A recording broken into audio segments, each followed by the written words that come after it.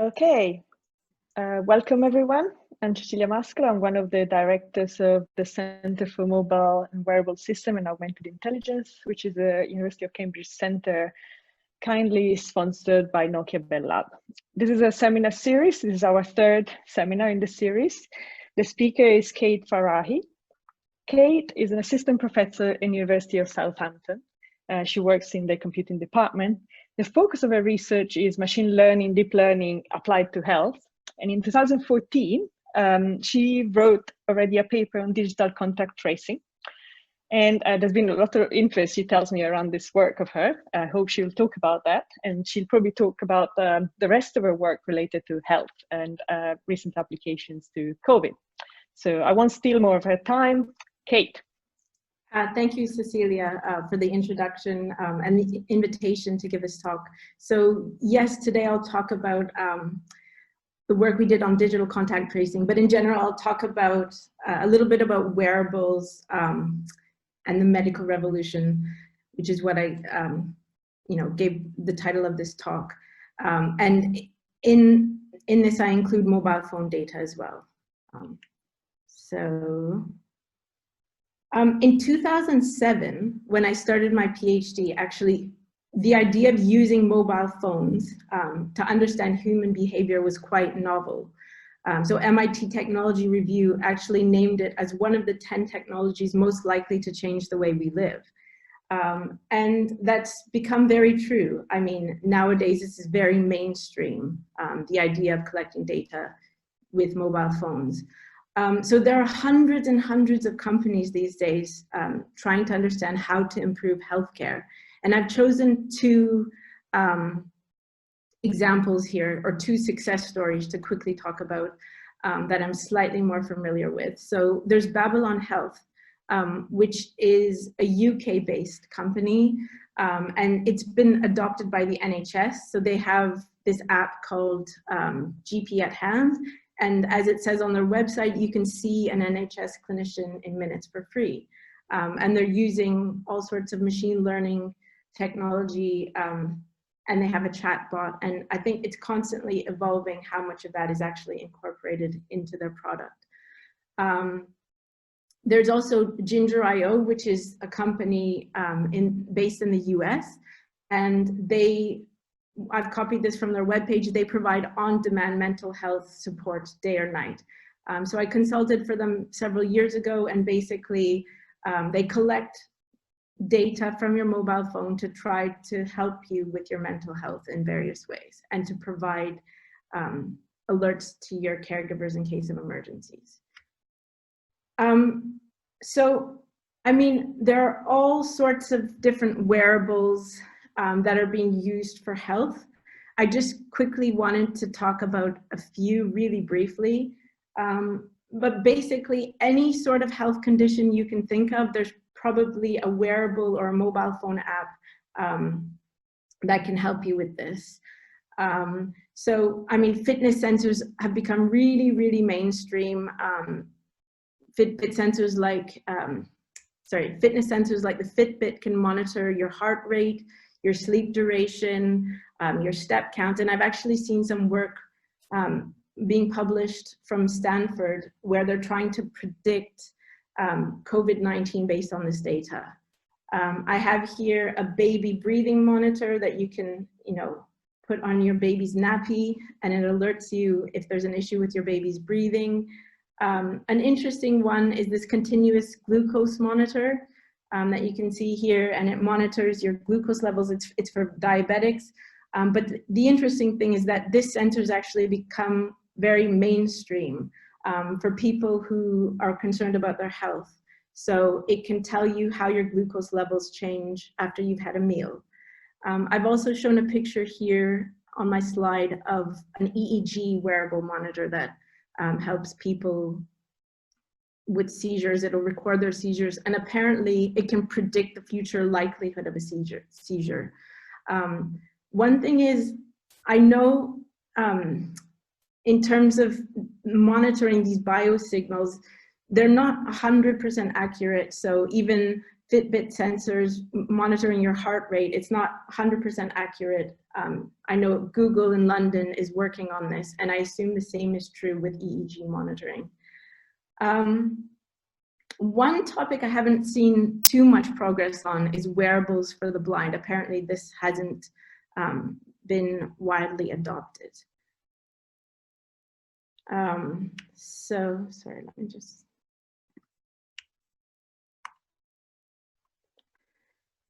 Right, so in 2015, Bill Gates actually warned us in now a very, very famous TED Talk about the greatest global catastrophe being a highly infectious virus and the power of mobile phones to help us fight this.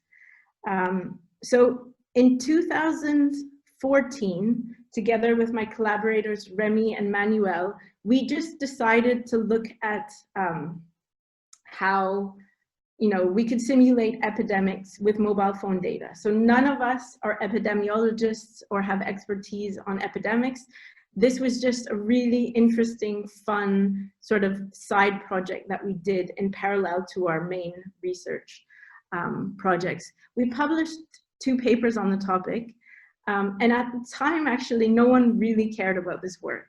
So it's not very well cited, but at the very, very beginning of this pandemic, suddenly we received a lot of interest, particularly on the +1 paper, the first paper that I'm going to talk about. And a BBC reporter actually contacted us and told us it might actually be the first work that's doing digital contact tracing. So I wanted to tell you a little bit more about it. And I'll tell you a little bit more about the second paper as well. So again, I mean, the motivation behind this work was that mobile phones are an excellent tool to help fight against epidemics. So what we did in this paper was basically we proposed what we call a dual network topology. So when we're doing contact tracing, we assume you're always working with an incomplete network.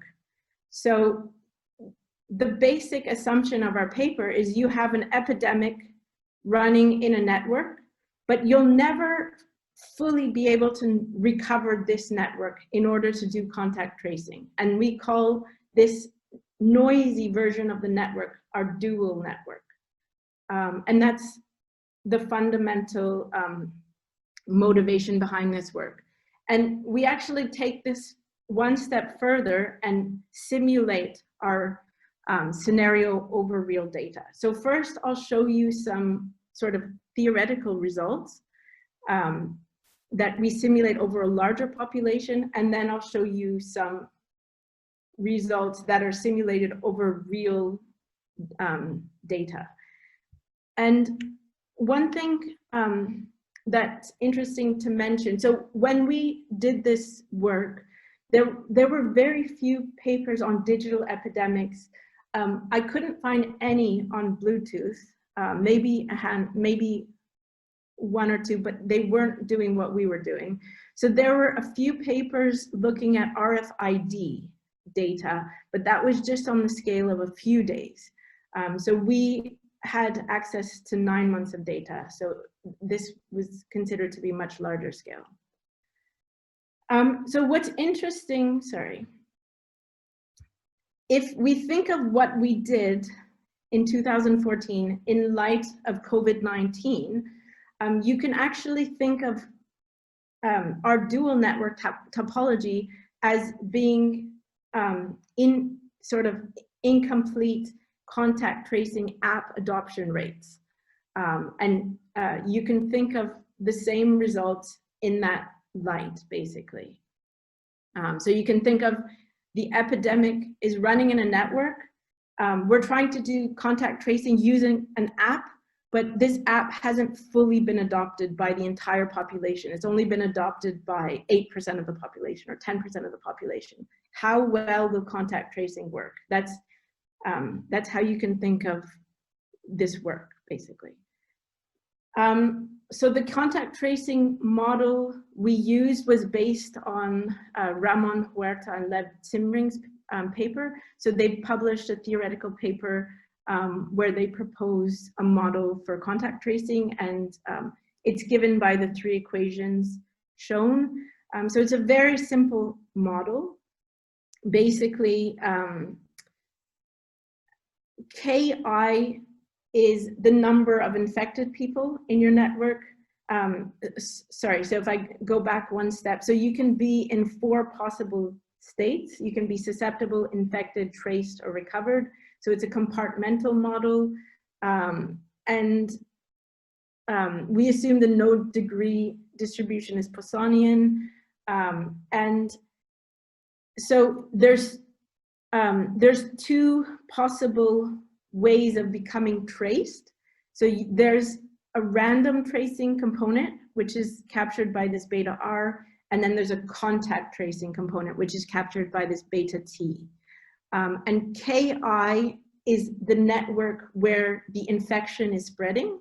So Ki are the number of infected people in proximity to you, and alpha is, the rate of infection.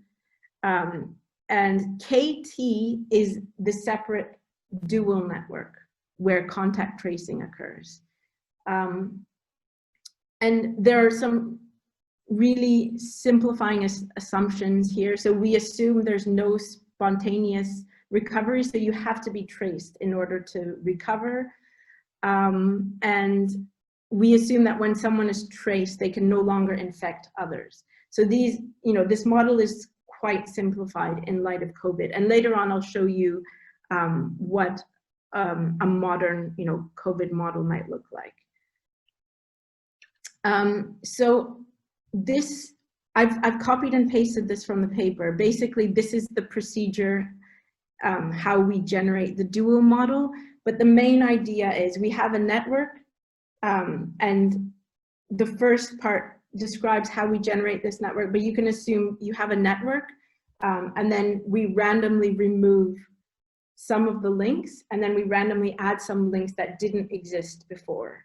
And so that's how we generate a dual network, and we have our original network. And this capital gamma parameter, that's the important parameter, that illustrates the amount of overlap between these networks. So when capital gamma is 1, it means that your dual network is ideal, you have perfect network information. When gamma is 0, it means you have no information from your full network. You have a completely noisy network. So for this work, we use the social evolution data set. It's freely available to download if you follow the link. And in this data set, there were 72 participants. Data was collected over a 9-month period. This was collected by my collaborator Anmol Madan at MIT during his PhD. And he was able to collect 80% of the population of an undergraduate student dormitory. And they asked participants to keep their Bluetooth on. So the data contains Bluetooth interaction and communication records. And we considered the number of undirected links. So we symmetrize the data and we count the number of links and not the durations for this study. So I just really briefly wanted to describe what the network overlap looks like in the real data set. So we just looked at the overlap between the communication and the Bluetooth interaction networks, and the communication includes calls and SMS. So if we look at the maximum overlap between these networks, it was 25.7%, and what that means is that one person communicated by phone with about a quarter of the other people they interacted with, sensed by Bluetooth in the community. On average, there was 8.55% overlap between these networks. And we use this in one of the scenarios that we simulate later on, where we run contact tracing on the phone communication networks. And we assume the epidemic is spreading on the Bluetooth interaction network, and contact tracing is running on the phone communication network. And in this scenario, the network overlap is 8.55%. So I'll present those results later. So for simulations, we had a continuous time model. And basically, if you have a population, then you sample the next time at which every individual in the population will change their state. Then you take the smallest time, and that individual's state changes, and then you run that again. So we assumed 1,000 nodes or individuals in our theoretical simulations. And every single result was averaged over 1,000 random trials because of the stochastic nature of these simulations. So we started off with some parameters that are shown here. So if not mentioned otherwise, these are the parameters that were used. So beta R, again, was the random tracing. And so we do a very small amount of random tracing. And if you think about these numbers, so we obtained these numbers by looking at the literature on epidemics. We chose these values based on the related work and the epidemiology experts and what they published. But in light of COVID-19, if we convert these parameters to R naught, then actually we were looking at very modest parameters. So basically R naught will almost always be less than 1 in the simulations we ran. So in terms of COVID-19, these parameters would be much larger. So here I'm just showing some of the results, and I'll try to point out the key takeaways because there's a lot of information here. So if you look at plot C and D, basically the bottom two, these are the same figure, but one's plot on a log scale and the other isn't. So if we focus on plot D, then we're just illustrating the overall number of infected people over varying network overlaps. And you can see that contact tracing is always beneficial, even when you have very little network overlap, but it's obviously far more effective if you have very high overlap. So if you have very high app adoptability, contact tracing will be much more effective. And this is an intuitive result, but we validated with our simulations. So we also plot some results over time.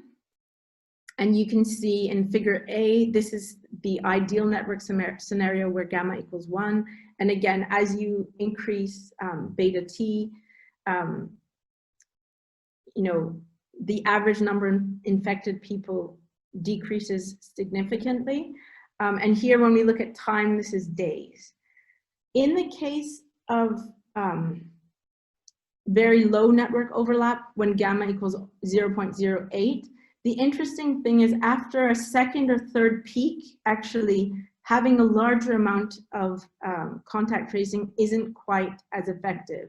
And we didn't look into this further, but I think this might be due to the very specific simulation environment that we've generated with a very small population size. So I think we've probably already traced many of those individuals, which is why this effect is happening.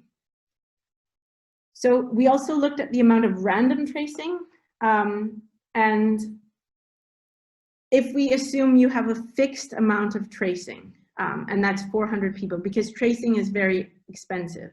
So if the number of random and contact tracing together always is a maximum of 400 people, then what we observe is that if you have a perfect network, dual network, then as you increase, it's better to put all your effort on contact tracing. Whereas if you have very little information in your dual network, then having a large amount of random tracing and a small amount of contact tracing is the ideal case. So that's what these results are showing.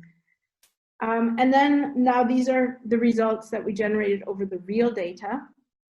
So here we're running the epidemic over the Bluetooth interaction data, and the digital contact tracing is also occurring on the Bluetooth interaction data. So here, this is we're assuming a perfect dual network where gamma is equal to 1.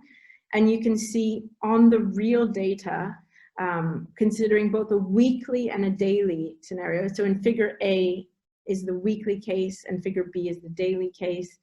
As you increase contact tracing, as we increase beta T, we really reduce the effects of the numbers of infected people over time. So it is very effective using Bluetooth data. If a contact tracing app was fully adopted in a community, these results show that they would be very effective in containing the effects of an epidemic. We also considered the possibility of contact tracing based on phone communication records. So again, that included calls and SMS. And again, we could reduce the effects of an epidemic with contact tracing in this form, but not as much as contact tracing over Bluetooth. Right. So in conclusion, we investigated how effective digital contact tracing would be over real data and proposed this dual network topology for more realistic epidemic modeling.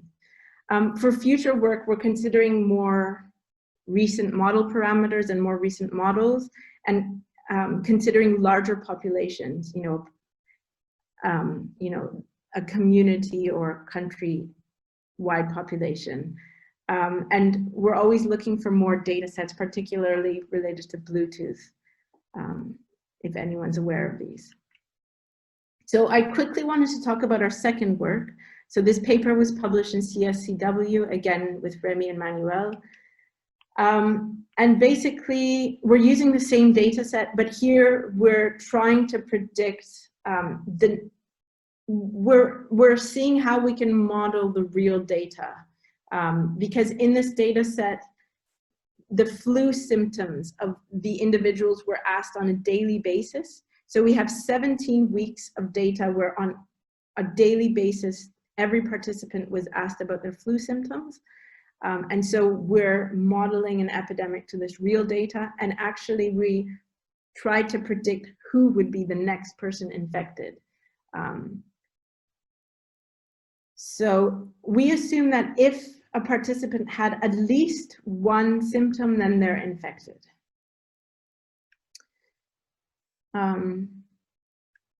So we're considering the SIR model for this work. It's a very simplistic model. So beta is the rate of infection transmission. The larger the value, the more the probability of infection being transmitted. And gamma is the recovery rate. So just to compare to one of the many models being published about COVID. So I've taken, this is a COVID model, it's called the Siddhartha model. It was published in Nature Medicine this year. So just to illustrate what a COVID-19 model might look like. So the underlying idea is the same. The way you would simulate this is the same. It's just there are many more states and ways to go from one state to another. So again, we use the same stochastic modeling procedure. We have a continuous time implementation of the SIR model, and we sample the next time an individual will change their state from a geometric distribution. And again, we run 1,000 random trials of every result that's presented. So we have a homogeneous model case, and in that case, we assume the edges between two people are unweighted. So basically, I'm illustrating some data, some real data and real connections from the data set. So each node is a person, a participant in the study, and an edge. There's a link between the two nodes if those people were sensed to be in physical proximity, either on a daily case or a weekly case. So we consider those two cases. In our heterogeneous model, it's the same idea, except now these links are weighted based on the proportion of interactions. And again, we consider a daily and weekly case. So if we consider the limits of the data, then, and look at the previous week of data. So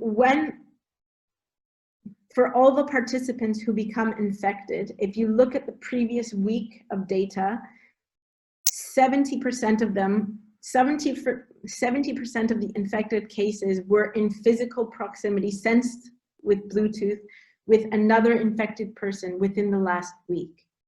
That's what the max, the max of this blue line is showing at 8 days. And so that's the limit of how well we can do with this data set. So here I'm just showing some results, comparing the homogeneous model and the heterogeneous model.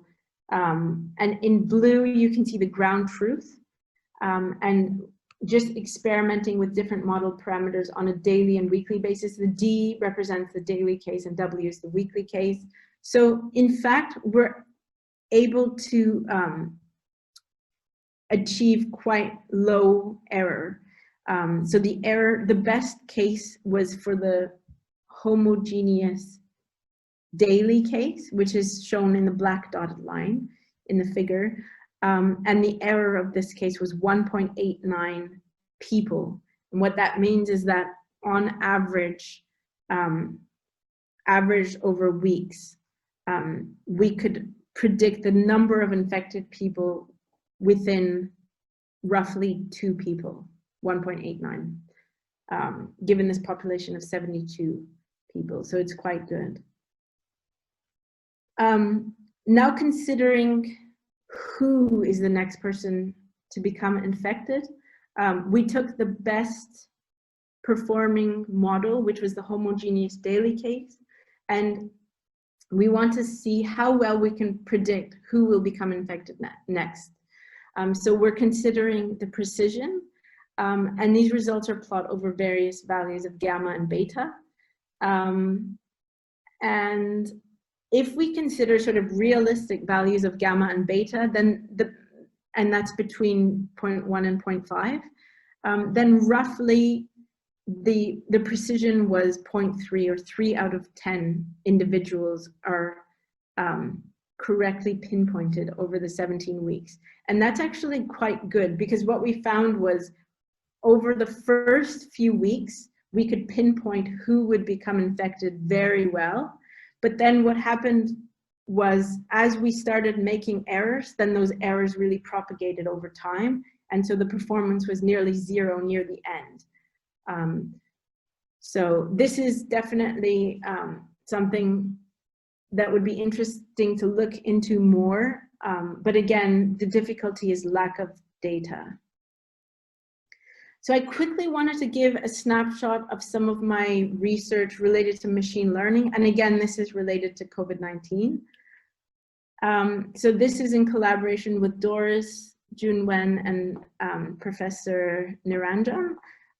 So doing cascade transfer learning. So basically, cascade learning is a technique that has been published by some of my colleagues at the University of Southampton. And it's a way of learning the weights of a deep neural network. So when you do end-to-end learning, you have all the layers in your network defined, and then you train them all at the same time. When you do cascade learning or layer-wise learning, what you do is you learn the first layer, then you freeze that layer, you learn the second layer. So you're learning one layer at a time.